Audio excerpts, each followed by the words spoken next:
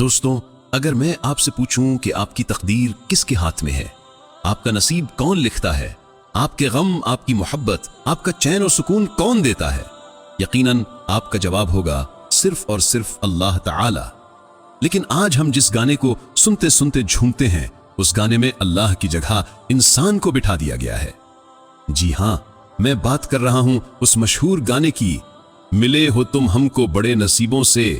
آئیے آج ہم اس گانے کو کھولتے ہیں لائن بائی لائن اور دیکھتے ہیں کہ اس میں چھپا ہے کتنا بڑا کفر اور شرک۔ ملے ہو تم ہم کو بڑے نصیبوں سے سنتے ہی لگتا ہے کتنا میٹھا جملہ ہے، لیکن ذرا سوچو، نصیب کس کے ہاتھ میں ہے؟ کیا کوئی انسان ہمارا نصیب لکھ سکتا ہے؟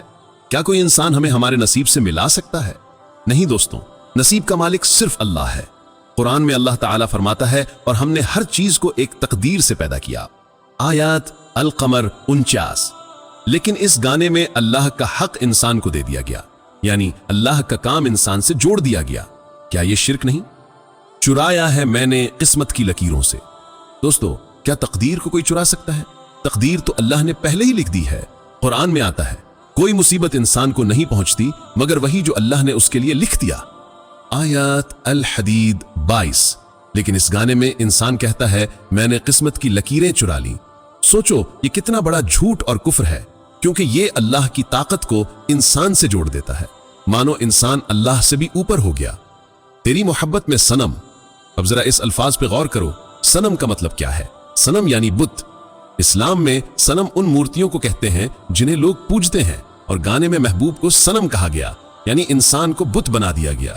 اور بت کس کا درجہ ہے؟ شرک کا۔ قرآن کہتا ہے، اور تم بتوں کی عبادت مت کرو، یہ تمہیں کوئی فائدہ نہیں دیں گے اور نہ ہی نقصان۔ آیت الانبیاء یعنی 86۔ تو دوستوں، یہ گانا انسان کو بت کے درجے پر کھڑا کرتا ہے۔ تیری وفا کا سہارا ملا۔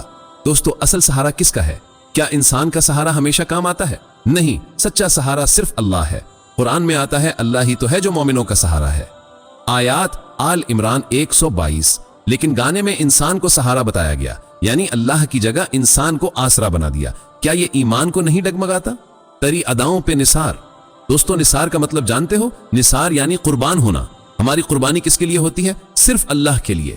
ہر عید الاضحیٰ پر ہم جانور اللہ کے نام پر قربان کرتے ہیں، لیکن اس گانے میں انسان کہتا ہے، میں انسان کی اداؤں پر قربان ہوں، یعنی اللہ کی قربانی کو انسان کے حوالے کر دیا گیا۔ یہ کتنی خطرناک بات ہے، سوچو۔